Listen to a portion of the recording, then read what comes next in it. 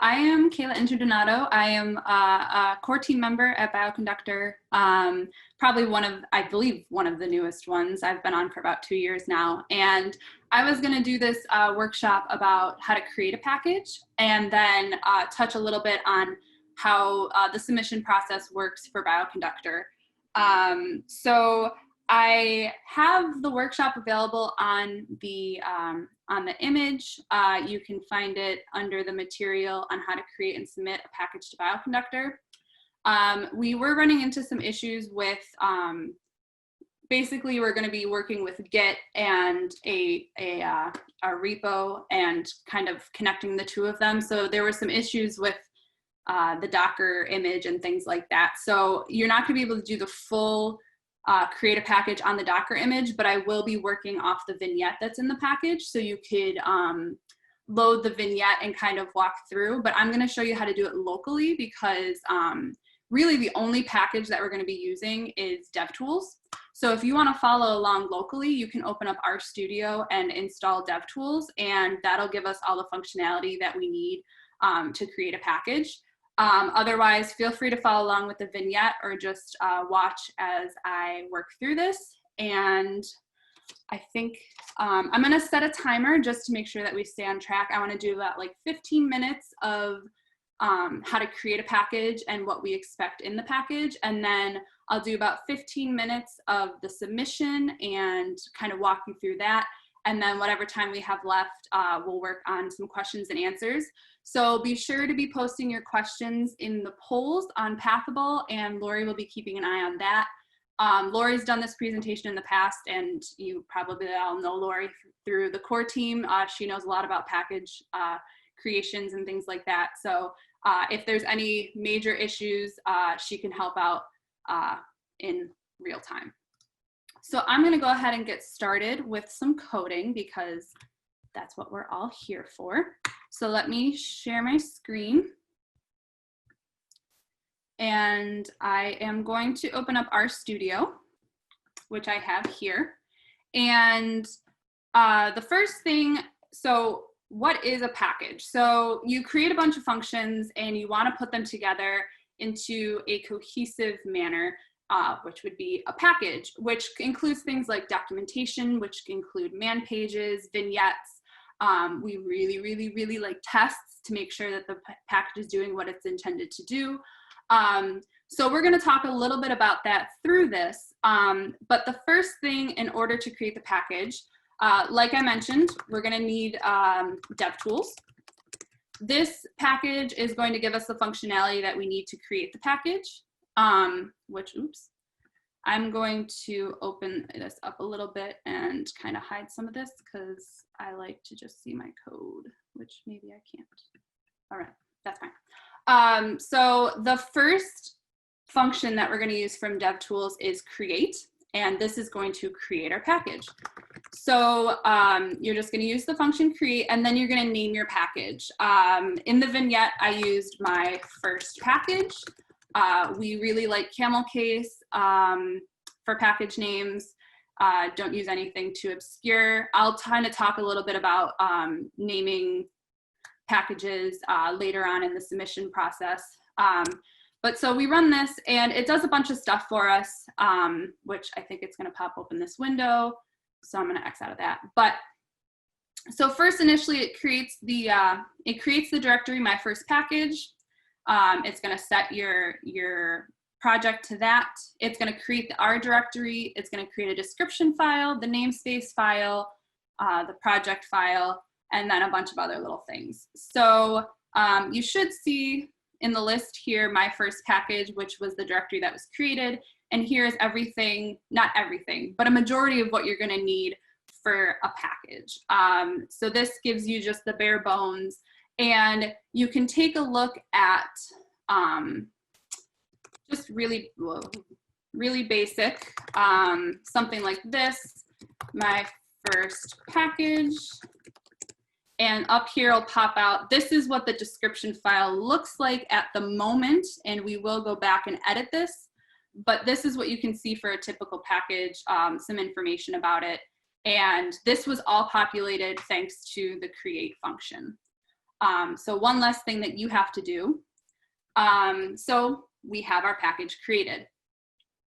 Now we're going to get a little bit into version control. So when you create a package, and especially when you're collaborating on a project where there are multiple users, people can make changes. So version control allows so that you can have a record of the changes, that you can advance the changes, you can revert the changes. So version control is really crucial. So I'm going to show you how to set this up with this created directory. So in RStudio, we're going to go up here to File, New Project. And since we already created the directory, we're going to choose Existing Directory, and we're going to find it. So I just did it in my home directory, my first package, and this is going to be our working directory. So we create the project, opens up the new window, and now we are in the My First Package directory. It is the My First Package project, so it did what we would expect it to do. Now we have to set up the version control. So if you go to Tools, Version Control, Project Setup, this window will pop up. And in this version control system, we use Git, which we need to confirm the Git repository, and they're going to have to restart RStudio for us. So here we are back in our project. And now you'll see in this window here, we have this Git tab. So having set up version control to Git, we can see these are the files that are in our directory. And here you can click on things, files that you can commit to Git, which we'll talk a little bit more in a bit. But this just makes it a little bit easier to see what you have, what things have been changed, what things haven't been committed. So you would click on this, you would click on commit, and you would put in a message and commit those to Git. And that kind of just keeps track of, these were the changes I made, I'm going to commit them to GitHub, write a message, a descriptive message about what I did, some of the changes, and that way people can keep track of each version and you know, make changes as need be. So now that we set up Git, it's important to tell Git who you are. So we're going to set up some configuration with Git, and this will be done in a terminal window. So you can do that in RStudio by going to Tools and click on Shell. And this brings up a shell, which I'll make a little bit bigger for everybody. So you'll see that you're in, we created the My First Package directory, and you're here. And we're going to type out a few commands, which I have also in the vignette. And this is, we assume that you have GitHub. So I guess I should have prefaced with that too, that you'll need a GitHub account. I already have one GitHub account for myself.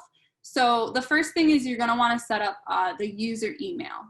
So if you have GitHub, this would be the email that's associated with your GitHub account.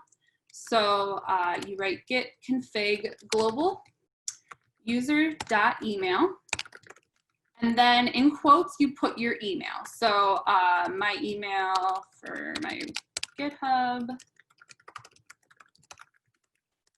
And that sets up the global email for this. And then you're also going to want to set up your,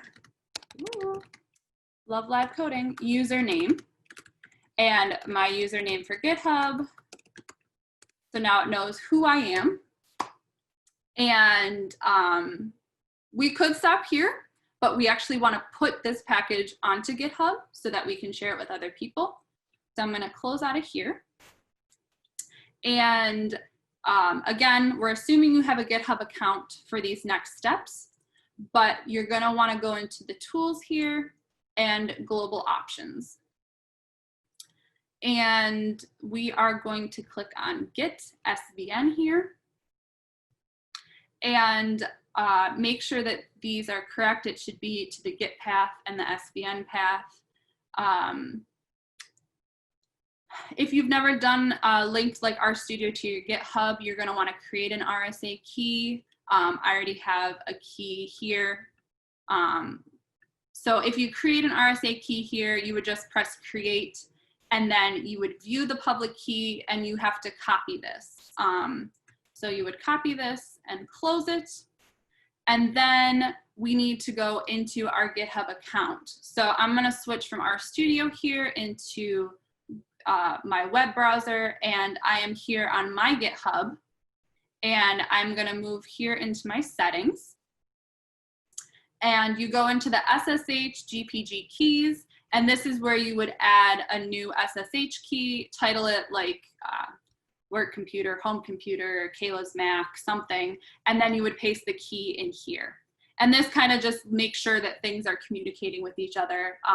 It's your identification, you've set up your username, your email, now you have your key set up,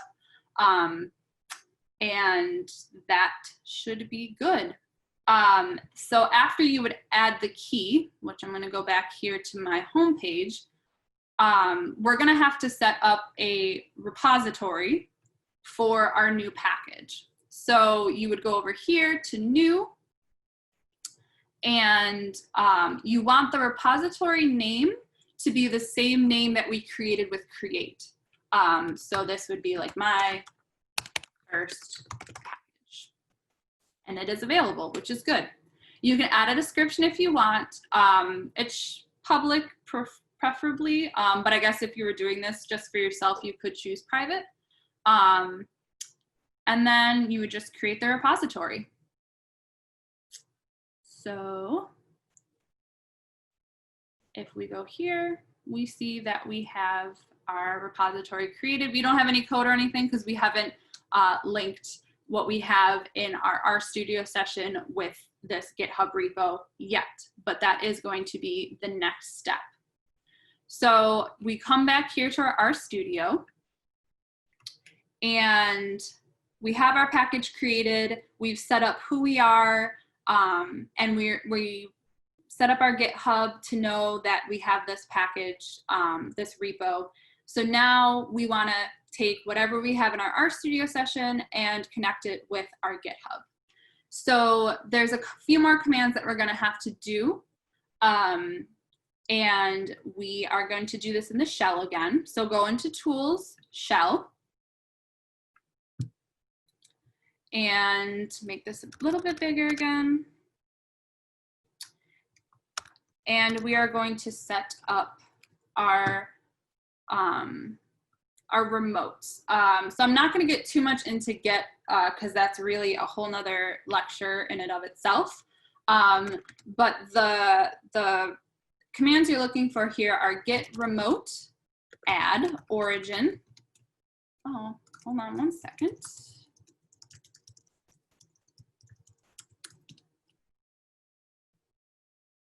All right, my RStudio refreshed on me. Okay, git remote, add origin, and then we are going to put in the URL of that GitHub repo we just created. So it's https://github.com/our username. So for me, that's Kayla Morel, confusing, I know. And the repo name that we just created. So my first package.get.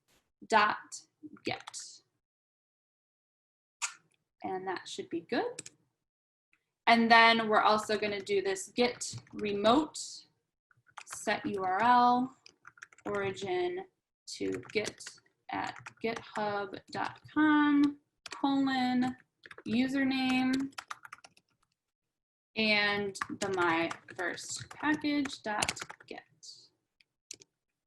So that sets up our remotes, kind of the communication between the repo that we had created in GitHub and our RStudio here. And we're just going to pull in any changes that may be on our GitHub.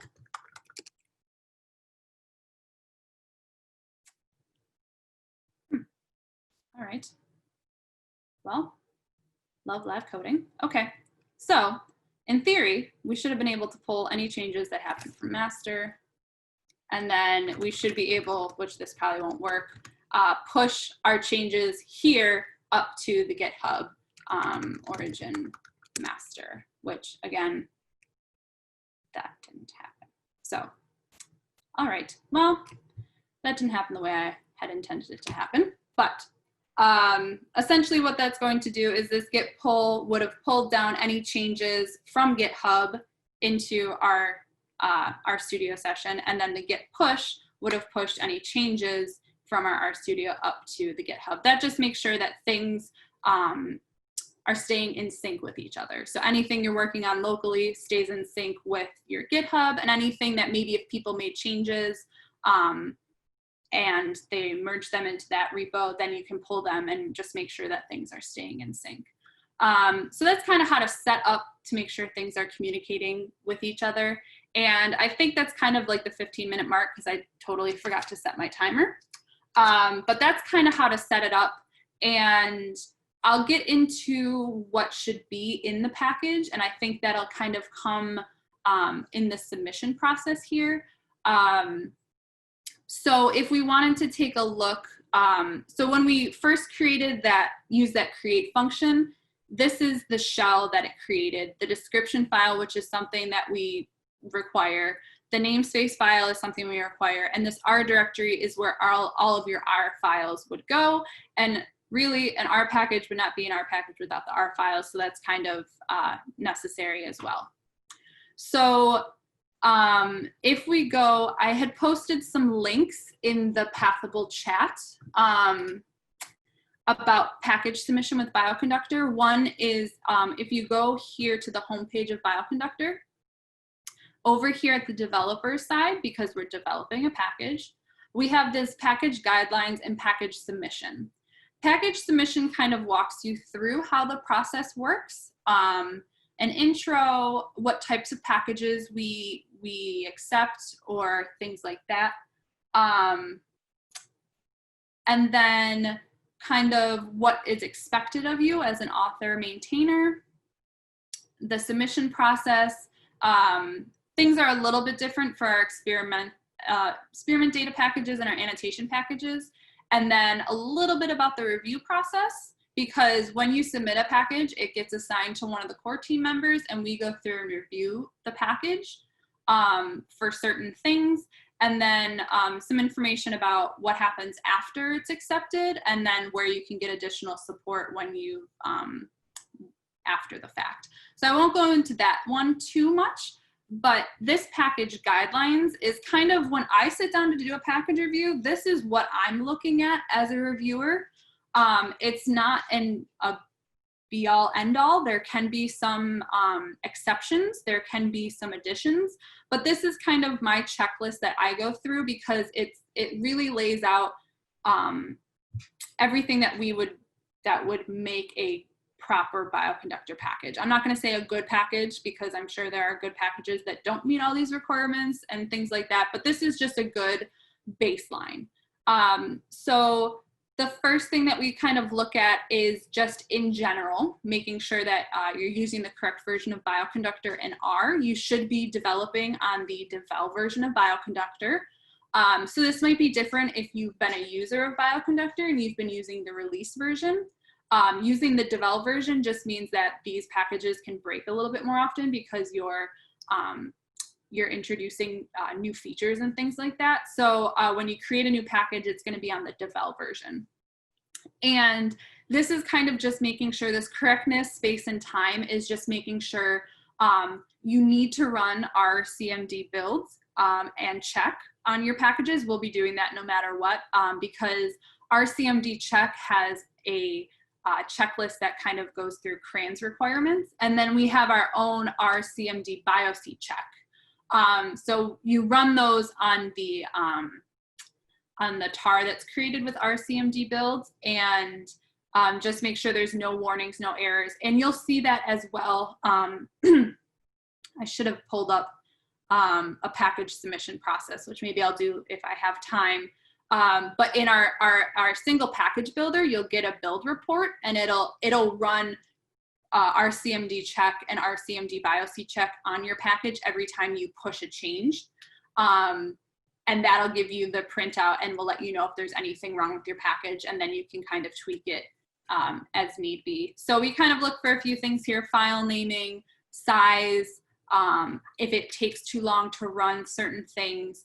So that's kind of just a baseline of the content of your package.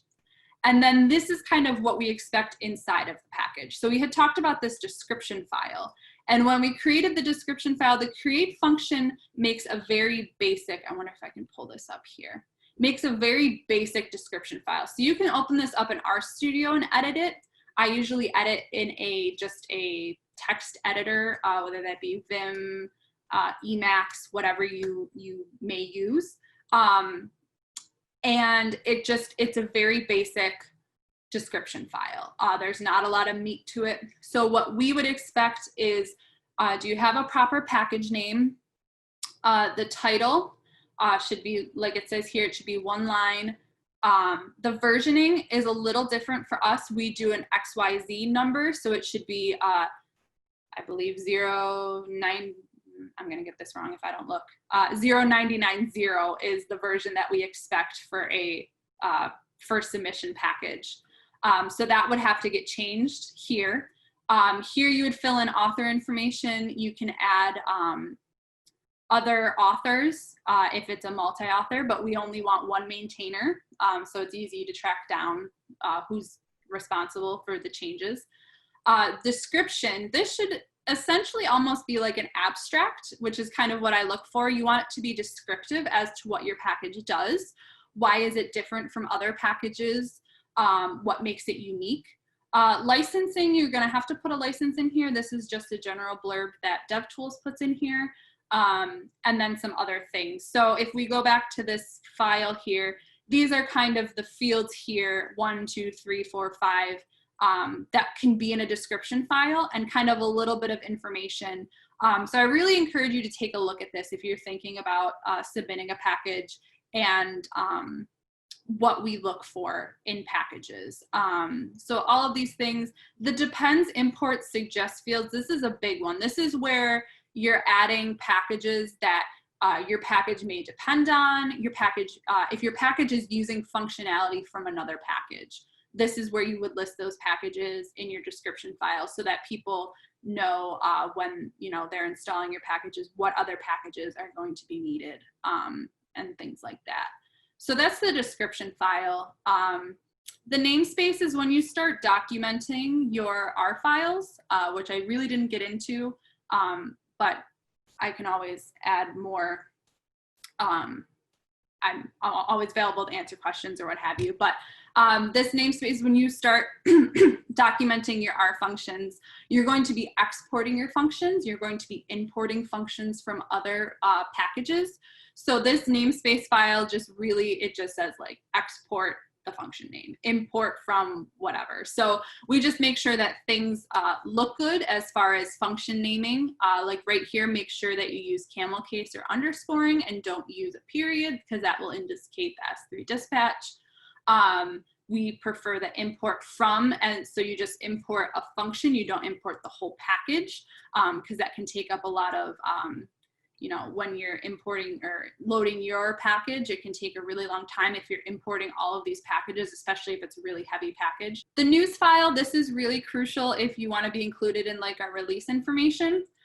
So this news file has to be, it's a pretty specific format. Something like this would go into just a news text file. There's a few places that it can live, which is what Lori, I believe, has done such a nice job laying out. Normally you see news files just in the top directory, but it can live in other directories as well. And this just kind of says, hey, in this version, like 0990, we submitted to Bioconductor. In this version, we changed X, Y, and Z. And it kind of just gives users an easier time to track what's happening in your package. And you can check that by running this command in R. With your, I believe after you install your package, you can run this utils news package equals the name of your package, and then it should pop up and look something like this here in this box. And if it does not, then you probably have it formatted incorrectly. I honestly just suggest copying this and pasting it into a news file, and you can't go wrong. That's just my little 2 cents there. Citation can be included. I don't see this quite as often, but this also is in a certain location, and you can run this read citation file function on your citation file just to make sure that it's formatted properly. Data is a big thing.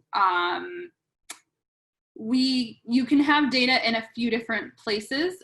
You can have them in our experiment hub or annotation hub, which there's some documentation here about that. You can export the data and it can belong in this data directory. And there's a certain way that you have to document that type of data. And then you can also have the raw data, which would be in the inst.ext data directory in your package. Again, there's a certain way to document this as well. Most of the time, we won't accept a package if there's data and it's not documented, because that's kind of like taking information and not giving proper credit where credit is due. So that's a big thing, is you want to be sure that you document where the data comes from, how is it created, what is its format, things like that. So that's pretty crucial. And internal data, I don't really see a whole lot. But if you have big data files, that's when we really stress using like an additional experiment data package, so you can have an additional package where like all of your data lives, and your package that you're creating can like utilize that. Or utilizing our experiment hub or annotation hub is another option, or utilizing data that's already there, which it's nice because then you won't really have to do anything. You could just use other people's data. And then package documentation is a big thing. We really like vignettes because vignettes walk people through how to use your package.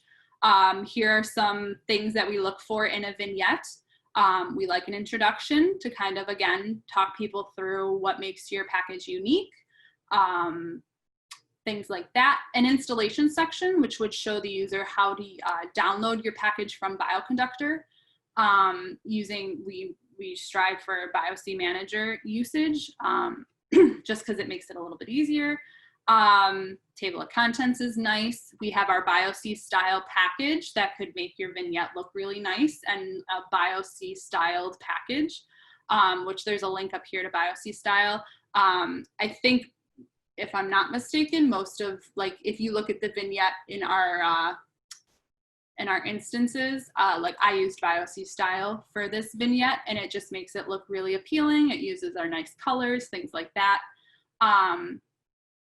All code must be executable, which might be new if you've never created a vignette. You can create chunks of code that aren't evaluated if it takes too long or something like that. We really don't like to see that. We like to know that the code is run, that it runs without errors. It's a good way to test to make sure that your code is doing what it's expected to do. Including plots, like you can plot in a vignette. You don't have to like add a static image or anything like that. You can run plots in your vignette. You can make it look really nice. And then also we kind of just want a session info at the end so people know, I think that's easier for like debugging and things like that, to know what versions of packages and things are being run. And then just make sure, what would happen is you would create a vignette directory in here, and that's where all your vignette files would live. But we really only want the vignette file, whether that be an RNW or an RMD file, and any static images that you use. There shouldn't be any data files or things like that. It should be a very clean directory. And then the man pages, I think, are what most people are used to when they look for help on certain functions. And that's done in the documentation in the R files if you're using like Roxygen. And what's nice is DevTools has a document function, which when you start adding documentation to your R files, you could just run document. It would, I don't have anything in here, but it's simply just document. And it'll create your document files for you from all of your documentation in your R file. And then you could go through and take a look at your man pages and see You know, is the usage correct? Is the definitions correct? Things like that. So man pages are those typical help pages you see when you ask for help on certain functions. We don't like to see don't test, don't run in there. We like to make sure that any exported function should have example code. So that way when people look at the man pages, the help pages, they can scroll down to the bottom and run the examples and know that that code is gonna work. If you wrap a don't test, don't run around it, then it's not gonna be tested or run when we check your package. So we won't know if that code actually works. There are certain exceptions. Maybe it takes too long to run, it's a large example, but there's ways to work around that without just slapping a don't test, don't run around it. So what's nice about the review process is when you submit the package, you do have your reviewer there. Like, we don't mind answering questions. We're there to help you. So if you don't understand certain things, like, it's a very open forum, I feel, with your reviewer. So ask questions, that's what we're there for. The in script I kind of talk about with the data, that's where you would document things. Unit tests, we want to make sure that your code is working properly, so you can use our unit or test that. I really can't get into it here, but there is documentation, and we'd be willing to help you out here too. But that just again, make sure that your code is working the way that you would expect it to. And it also helps, like, when we're checking these things on a daily basis, once it's accepted, if a function changes or something and the tests break, that's a good way of fixing bugs and things like that. So tests are really important. I know they can be a pain to write and think about, but they are very important. And then kind of the meat of the package is the R code.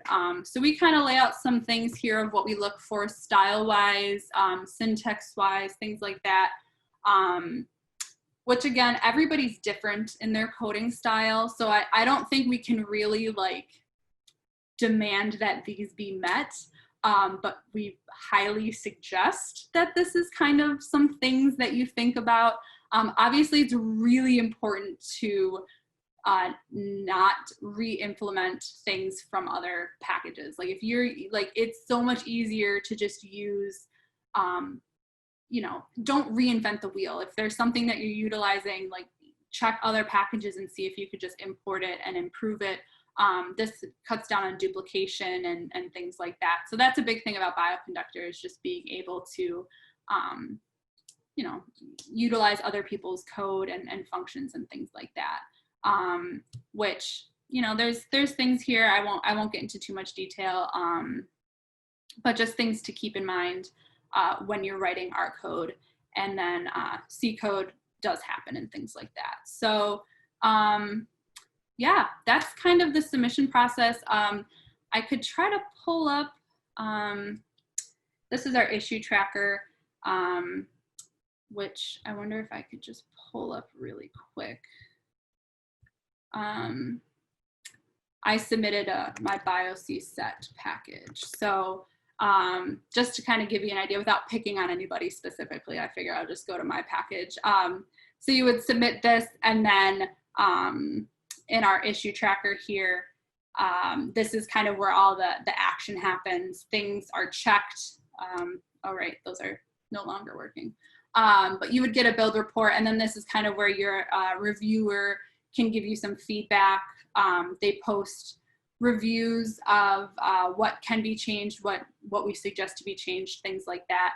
And then it's just kind of a back and forth. And that's what's really nice about this, is it's, you know, anybody can go and take a look at these. It's between you and your reviewer, and then just kind of feedback and things like that. I do want to make one note. At the bottom of the vignette, I talk about when you contribute a new issue, we're now doing things, let me post this into, well, I kind of talked about it. The submission process, we just changed up our review process a little bit. So if you go to that first submission page, the review process here, we're now doing things where you have to set up, which maybe Lori can just talk really quick about this because I'm not finding it really quickly, about the get as opposed to the webhook. Sure. So when you, and then there's a bunch of really good questions that maybe we can be answering too. So we recently changed the submission process because before there would be this link where you would get a new build report in the submission process on a version bump. And it wasn't, once you got your package accepted, then we would move it into what would become its location on Bioconductor at get.bioconductor.org. And what we've changed it to is because we realized that a lot of people were having some trouble with Get and understanding where to push changes then after the package was accepted. So now we try to help you understand the Get process and being able to push to the two really, Kayla touched on that there's two versions of Bioconductor. There's the develop version and there's the release version. And we always have those active at all times. So we help you to try to understand how to push to the Bioconductor official location where those would be propagated to all users and show up on the package landing pages for updates after the submission process is over. So I'm going to stop sharing and I guess we can get to some questions because like, I mean, this was supposed to be a 2-hour workshop. So I wish I could like really get into the meat and potatoes of a package and like write out an R function and show you guys how to check it and stuff, but it just, you know, timing and such. So we can get to some questions and hopefully we can answer some of your questions. And if not, like the core team's always here to answer questions. I really enjoy this part of it because I think this is, you know, a really great aspect of Bioconductor is that the community can submit their work and things like that. The first top question that we have is, does a package actually have to do something, or can it be used just to store or share, such as processed RNA-seq data associated with a publication? So I think that, which Lori, feel free to jump in if I'm incorrect here, but I think that kind of what distinguishes our software packages from our experiment data or annotation data packages. So the software package, yeah, we kind of want it to do something, functionality, things like that.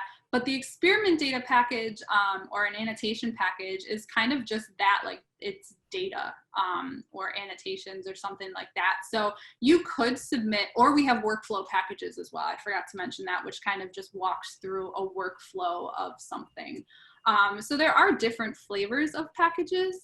So I don't think that would be considered a software package, which is kind of what I really demonstrated here today is what we would expect in a software package. But there is some information on the submission page and the guideline page about the different types of packages. So if there's something, you know, that you want in a package that's not necessarily functionality, I think you should look more towards the data packages. Yeah. Can I submit a package that is hosted on another platform such as Bitbucket or GitLab? I don't know that one, Lori. Currently right now, no. Currently right now we use GitHub and require a GitHub to submit a package. I know lots of people ask about that, so we might consider expanding that out in the future, but as of right now, only GitHub. Not sure if this will be covered later, but could you explain what the main difference is between submitting a package to Crayon and Bioconductor? So personally, I haven't submitted to Crayon before. I think Lori did, but I think like more science-based. I think that's kind of, you know, Bioconductor's specialty. Maybe the fact if you're using a lot of Bioconductor packages and functionality, maybe it's more catered towards Bioconductor because you're probably doing similar work. But like I used back in my biostats days, I seemed to use a lot more Crayon packages because they seemed like more stats based and not really biology based. I don't know, but that's just my naive thought of it. I don't know if Lori has any input as far as that goes.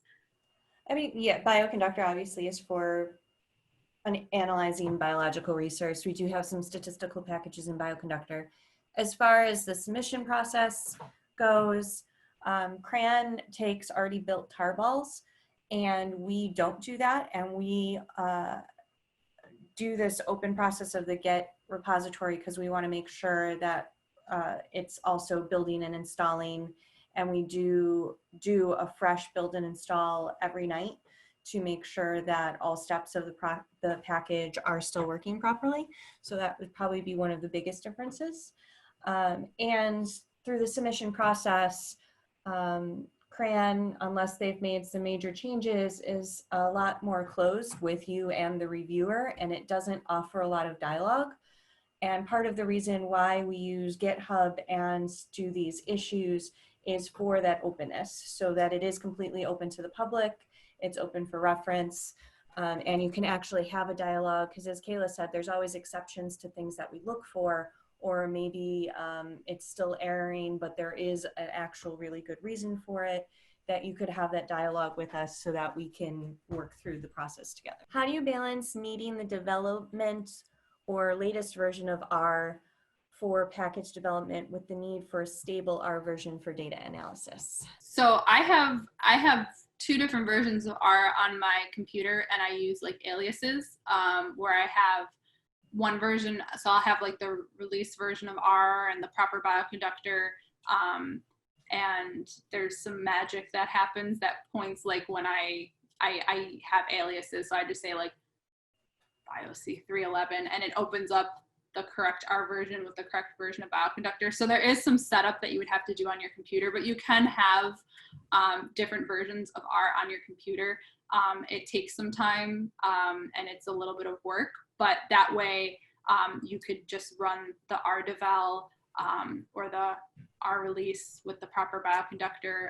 So I know that's not super clear, but it does take some setup on your computer, but it can be done, which was news to me when I first became part of the core team and started developing and things like that. I thought R was R, but you can have 2 versions or multiple versions on your computer. And we do, part of our versioning process and why we do releases, we do keep past versions of packages per release, since the R package can be very tied to R versions, and why we do a release at least coinciding with the new Crayon release every year, so that there would be the availability for reproducibility. You would just have to go back to the version of R and the packages that you were using at that time.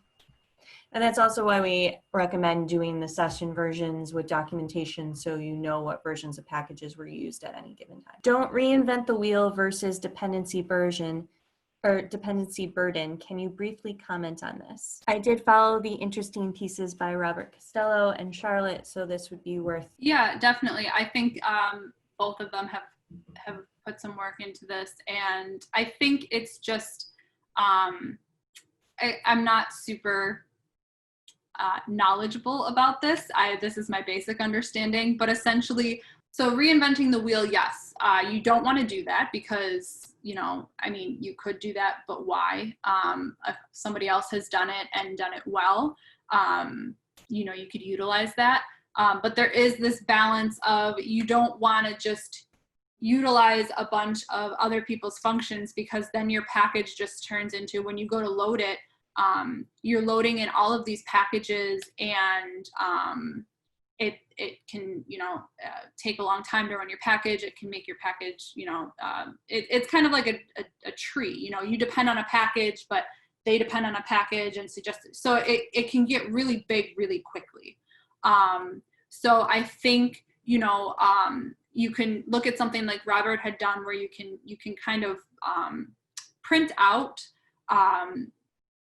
percentage of your dependencies and figure out if there's a package that seems to be loading in a lot of dependencies, and maybe you're only using 1 or 2 of their functions, maybe you don't need that functionality, or maybe that's something that you could improve in your package so that you don't have to depend on that package. But if it's something that you're utilizing a lot of functionality from, it's kind of something you can't really bypass.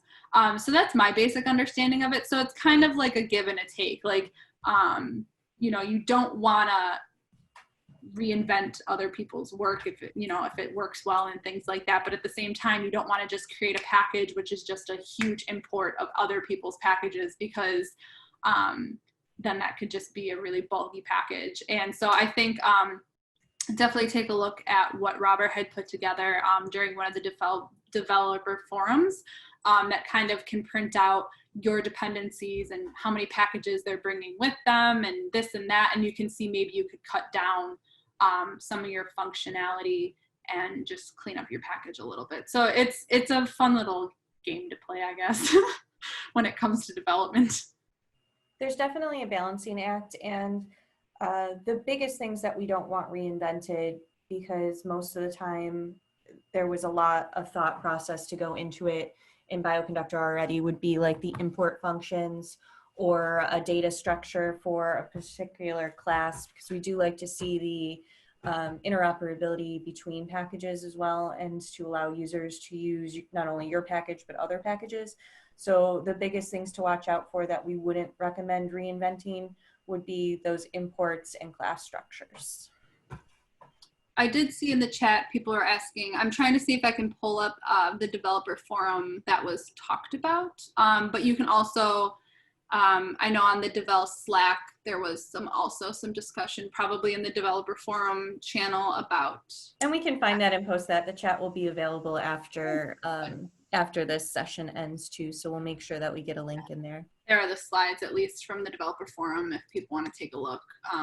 But yeah, good work. I've used it a couple times, and it's interesting to think about. What is the general rule in writing a unit test? Do we have to write unit tests for every function? Ideally, I would say yes. So you can take a look at like test coverage of your package, and you can run some things to see how well your package is being tested compared to how much code you have and things like that. So like my BioCset package has a lot of tests in it, and it runs really quickly. But when I ran the coverage, I don't think it's more than like maybe 78% tested, which is something that I could work on. So ideally, yeah, you would want, it's just to ensure that your functions are working properly and that they don't break. And when they do break, it's easy to find. So it takes a lot of work though to get it completely, especially if it's a very intense package. It's tough to write that many unit tests. So you have to be very smart about it. But I'm definitely no expert when it comes to writing tests. But ideally, yeah, we don't want to see just I've seen some submissions where, they write a test file and they just write, oh, test that 2 + 2 = 4. Like, that's not testing your code. That's throwing a test in there, and yes, that's going to pass. But like when we ask for unit tests, we want your functions to be tested properly and things like that. So I would say shoot for as much as you can. Some Git commands look difficult for me. Can such settings be configured by RStudio buttons? So I actually don't use RStudio much at all. So I don't know a lot about RStudio buttons and setting those kinds of things up. I just run R from my terminal basically. So that's something that I'd have to look into, but I'm sure some people have set things up in RStudio that I'm sure could shed a little light on that. So I'm not going to say yes or no to that just because I don't use RStudio. Maybe an expert on the call who does know how to use RStudio, and they could raise their hand and share their screen. Is that too technologically challenging? I know that some of like the git push and, oh, perfect. I know that some of the git push and git pulls, once you have it set up, you can then use different buttons, but so there's a couple people. I don't know if I have to do anything or if Lori knows. I see the raised hands, I don't know what to do with them. Spencer, I think you could just share your screen and go for it. Maybe while that's happening, I'll just interject in that I can't share my screen right now because I'm on my iPad, but I actually use the Atlassian source tree for graphical stuff, which I find a lot more full-featured than RStudio. You can do pretty much everything in it, and without having to learn all the command line stuff, which I'll admit I haven't learned either. Yeah, I think at least for myself, it was one of those, like, I only look at them when I need to set up a package, and then just kind of use the ones that I know offhand to push and pull and such. But yeah, I think if we could simplify that for people, I think that'd be very helpful.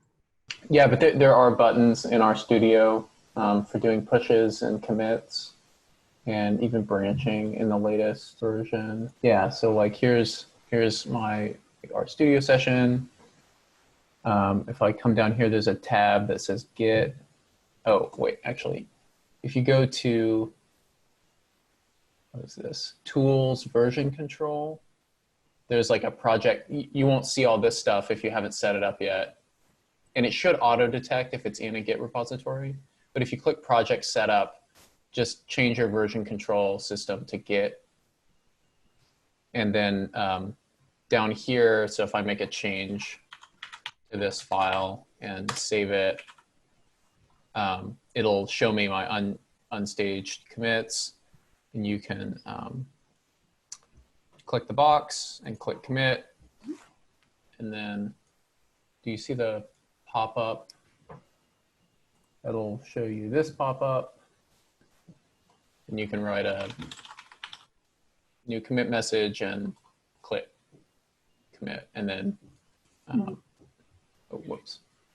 Yeah, I think I touched on that too, and I noticed that next to the commit, there's the push and pull too. Yeah, and then those are really simple, and if you don't have a SSH key pair set up, it'll prompt you for password. So perfect. Yeah, so, and it can save that too. Awesome. Yeah, so and someone just posted a link too in the chat for using RStudio. So we are at time. I will say that we'll make sure that we take these poll questions and put them in the chat so that you all have at least some sort of answer in the chat, because the chat will be visible, and I think visible from the public forum, and you could access the chat after this closes. And I know the lunch with the core team started, so I'm sure Kayla would be welcome to take more questions at that too, if there was anything really pressing that you wanted a in-person answer for. Yeah, yep, I'll be on the lunch at noon, so I'm just gonna run and grab some water, and then I'll be back on for that. So any other questions, but I'll make sure I address the ones in the poll there, and just thank you guys for hopping on, and I hope to see some new developers submitting their packages, and I can just say, just don't be intimidated, just go for it. And the review process is not scary, and I think it's very educational. Many people have commented back, just thanks for taking your time, thanks for walking me through it, and things like that, and that's what we're here for. So I would say just go for it and see what happens. Thanks, everyone. Thank